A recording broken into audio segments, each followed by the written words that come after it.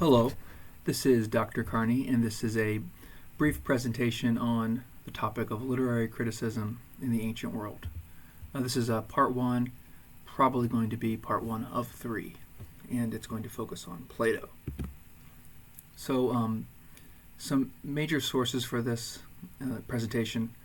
First, it's chapter one from Anne Stevens' Literary Theory and Criticism, an introduction, and also Stephen Bonnycastle's In Search of Authority, an introductory guide to literary theory. It has a chapter on ancient criticism as well. And of course, the Norton Anthology of Theory and Criticism, specifically the introduction to the Plato excerpt from the Republic. So when we talk about the literary criticism of the ancient world, we need to be clear about our term. So what do we mean by the ancient world? Well, I took an excerpt from the Oxford Companion to Classical Literature, and I think it's pretty useful. It says, the classical period of ancient Greece was most of the 5th and 4th centuries BC, roughly from the defeat of the Persians in 480 to the death of Alexander the Great in 323 BC, and that of Rome, the 1st century BC, and the following century up to the death of Augustus in AD 14. When people talk about classical literature, I think they will extend that period beyond 14 to the so-called end of the Roman Empire in 476 AD. But I think arguably these are somewhat arbitrary, and people are going to have different ways of defining the ancient world. And they might even use the term the classical world. So the stakes of which term, ancient, classical, probably are beyond the scope of this presentation, but it does refer to, in general, Roman and Greek culture from about 500 BCE to 500 BC, 1,000 years. Exactly what I just said, 500 BCE to 500 CE.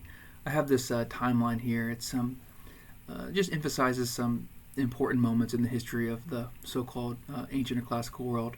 I'm looking at the Persian Wars, the Peloponnesian Wars, the Punic Wars, the Triumvirate and Caesar's Civil War, Augustus declaring himself emperor, and then the imperial period in Rome ending with the Gothic invasions around 500 CE. I have these Cambridge companions to various Roman and Greek writers here. Well, Julius Caesar is writing in Latin, Herodotus is writing in Greek, historian, and then Xenophon in Greek as well, just to show that classical literature is not just fiction and poetry and drama. It's also, in the case of Julius Caesar, it's quasi-journalism, memoir writing being reported publicly. Herodotus is history, and Xenophon is all sorts of things, a variety of different genres. So once again, more generally speaking, we're going to focus on Plato here in a second, but some key writers in ancient literary criticism. These are writers that Stevens emphasizes in her chapter on ancient criticism, and so I want to touch on all of them. But so in the Greek context, Plato, probably 428 BC to 348 BC. He's going to be the focus on this presentation. Aristotle, his student. And then in the Roman world, Horace, poet, Quintilian, more known for his rhetorical theories, and then a very mysterious figure, Longinus, Pseudo-Longinus, mostly a name attached to a document that we're not really sure about this person, talks about the sublime. And this on the left, they kind of look the same, is Horace, and then on the right is Quintilian. So yeah. So let's focus on Plato for a second. Plato was the student of Socrates. Socrates, a Greek philosopher, did not write anything down. All of his philosophy was developed orally. Any access we have to Socrates' philosophy comes through his student imagining Socrates speaking. So it's kind of hard to distinguish between Socrates' views and Plato's views. But Socrates was famously put to death in Athens for corrupting the youth. And this trauma of his teacher being executed, unjustly so, according to Plato, and maybe history, is part of Plato's philosophy, right? The role of the philosopher is always going to be somewhat antagonistic to society. Plato wrote, excuse me, in a dialogue form. There, Plato wrote in a dialogue form. We would read them today as almost like dramatic texts, scripts for a performance, but they're not really meant to be performed. They're meant to emulate something like a discussion, the alonkis, a logical refutation. We often have this concept of the Socratic method, teachers who engage students in conversation, so that the students can learn themselves rather than just be a vessel to, accept the knowledge of a teacher. The Socratic method is more collaborative in its search for knowledge. And the alonkis is Socrates' method. I should say, in these dialogues, Socrates is the spokesperson of Plato. Plato doesn't actually show up in his dialogues as a character. I'm pretty sure that's the case. I think there might be one dialogue where Plato actually shows up as a character, but don't quote me on that. So Plato wrote several dialogues treating a range of topics. Like, the Greek philosopher was not a discipline-specific expert. Politics, ethics, metaphysics, language. For literary criticism, key works would be The Republic, specifically the Allegory of the Cave section of The Republic, where he talks about his theory of forms, which is very important for understanding his Plato's less than hospitable relationship to poetry. We have the Phaedrus, which is very important for literary criticism, and Ion. I'll say more about those in later slides. So first, the Republic. The Republic is a political allegory. Political allegory is a established genre at this point, has a long history. Some other examples of political allegory are Gulliver's Travels, George Orwell's Animal Farm. Parts of Dante's Inferno have a kind of political allegorical element. The Republic is a book of political theory, and it explores the ideal city-state. How should humans organize themselves in a community in the most logical way, and specifically consistent with Plato's view of reality and the good and the true and the just. I'm going to kind of give short shrift to this view of the ideal human republic, but we should know a few things about it. The republic imagined by Plato in this piece is rigidly class-based. It's ruled by benevolent philosopher kings who have the state's and the people's interest in heart. People are educated in common. Parents actually don't raise their children, or their children are raised by the state. In the course of this republic, the morality of representation is considered. So poetry is seen as, the question to ask about poetry is, what type of poetry should we allow in the ideal state versus what type of poetry should we prohibit? And the issue is mimesis, representation of reality. Some examples of this are how should the gods be depicted? If the gods are depicted as participating in sinful activities, then perhaps we'll emulate the gods and also be sinful, right? Zeus being very indignified and being driven by his baser instincts, right? We would justify our own behavior, like, oh, if Zeus does it, I can do it, right? Plato finds this a problem. Another issue would be like representations of the underworld. The underworld in the Greek imagination was very uninspiring, to say the least. It was a place of no passion. People wandered around aimless. They've forgotten a lot of who they were. It's a very gray, sad place. And if this is the underworld, and is the truth about the underworld, then what happens when soldiers read poetry that show that dying is not a good thing, right? You would not want to die if you knew that's waiting for you. So Plato says, well, for the sake of our soldiers' courage, we shouldn't let them know, that this is what the underworld is like. So from the beginning, the issue is, what is the effect of representations on readers, auditors, people viewing this material if it's a drama, right?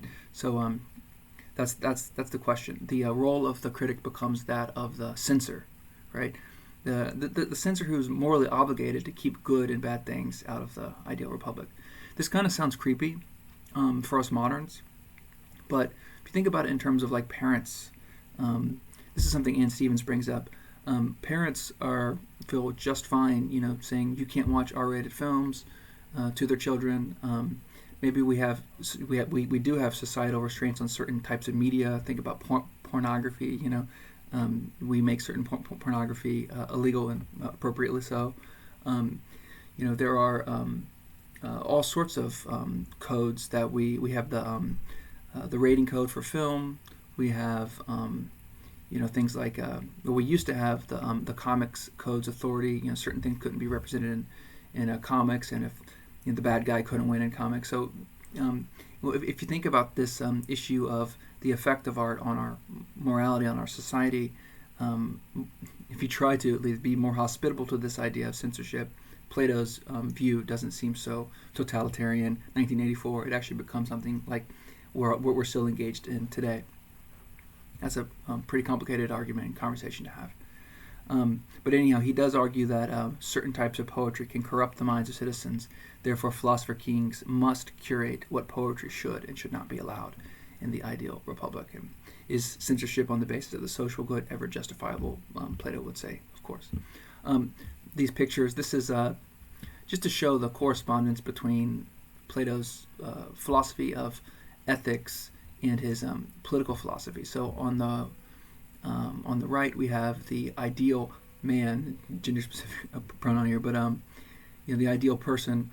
They're led by their reason. They have their courage and their appetites in check.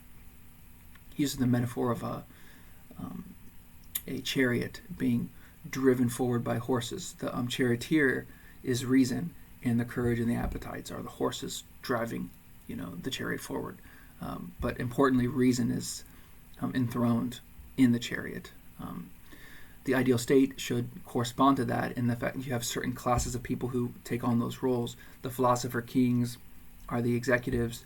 The soldiers defend and inoculate the state from outside corruption, threats. Then the workers support the economy and the reproduction of life. I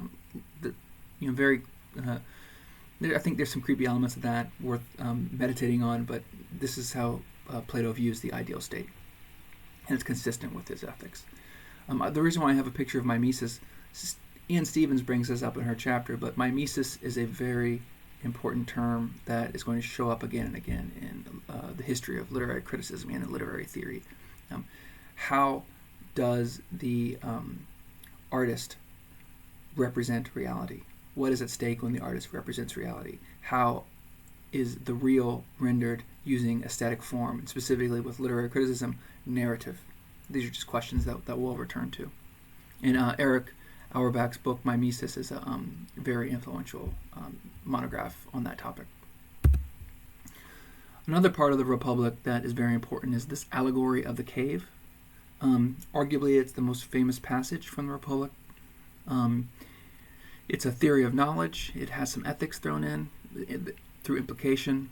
And it's also, I would argue, it's a theory of the role of the philosopher in society. Here's a compressed view story of what the allegory of the cave is. So looking at this image here, a group of prisoners are being held in a cave. Their understanding of reality is curated by a group of prison guards.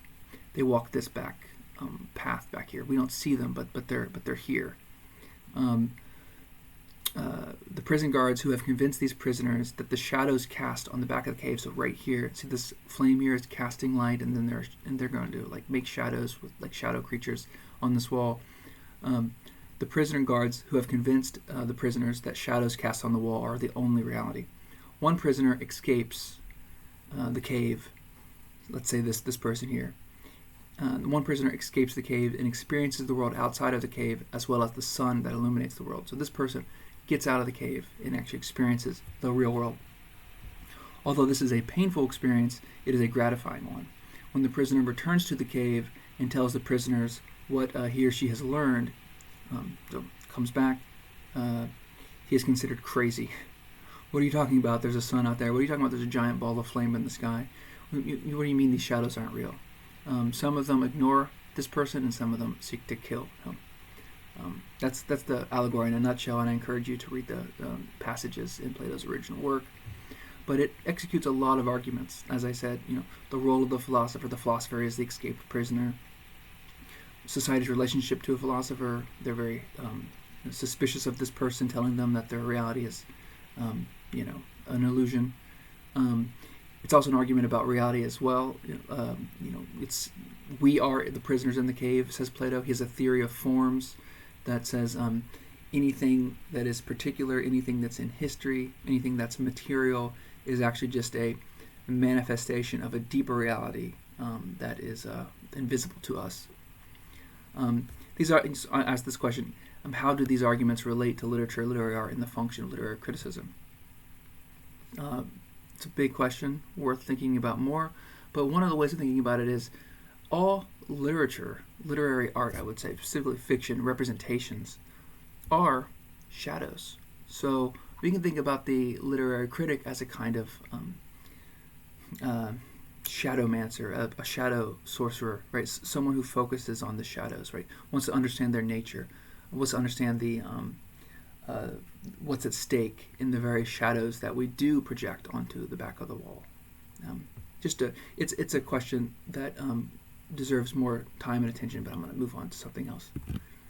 So a couple of other dialogues that are worthy of the attention of a literary critic: Phaedrus and Ion. Phaedrus is interesting because, first, for non-literary reasons, it explores the concept of the tripartite or three-part soul: appetites at the bottom, courage or heart in the middle, and then reason at the top. Reason as the executive function. That's going to be taken up by, at least as a model or an influence, by Sigmund Freud with the id, the ego, and the superego. Phaedrus also explores the relationship between love and physical attraction. Our concept of platonic friendship comes out of this dialogue to an extent. Phaedrus explores the nature of knowledge and its relationship to language, which is very important. Language is a main topic of the Phaedrus. Specifically, what is the best form of learning? What is the best form of communication? And Plato is going to come down on the side of orality and really criticize the technology of writing. There's a lot that's of interest there to literary critics who are ostensibly first and foremost interested in language and the language arts. And then Ion is interesting. It's a very short one, but it's a brief analysis of authorship, and it's arguing about the origins of literary forms. Right? It's put simply, it suggests that authors are not in control of their material as much as they would like to think they're in control of their material. The material comes from somewhere else. Reductively speaking, we could just say it comes from some sort of divine source, right? It's divine inspiration. Think about the opening of Homer's epic poems. There's an invocation of the muse, asking the muse to kind of speak through the poet. So that is a brief introduction to the ancient world, and specifically a brief introduction to Plato's significance in the history of literary criticism in the ancient world. There's a lot there, very brief introduction, and thank you very much, and I hope it was useful.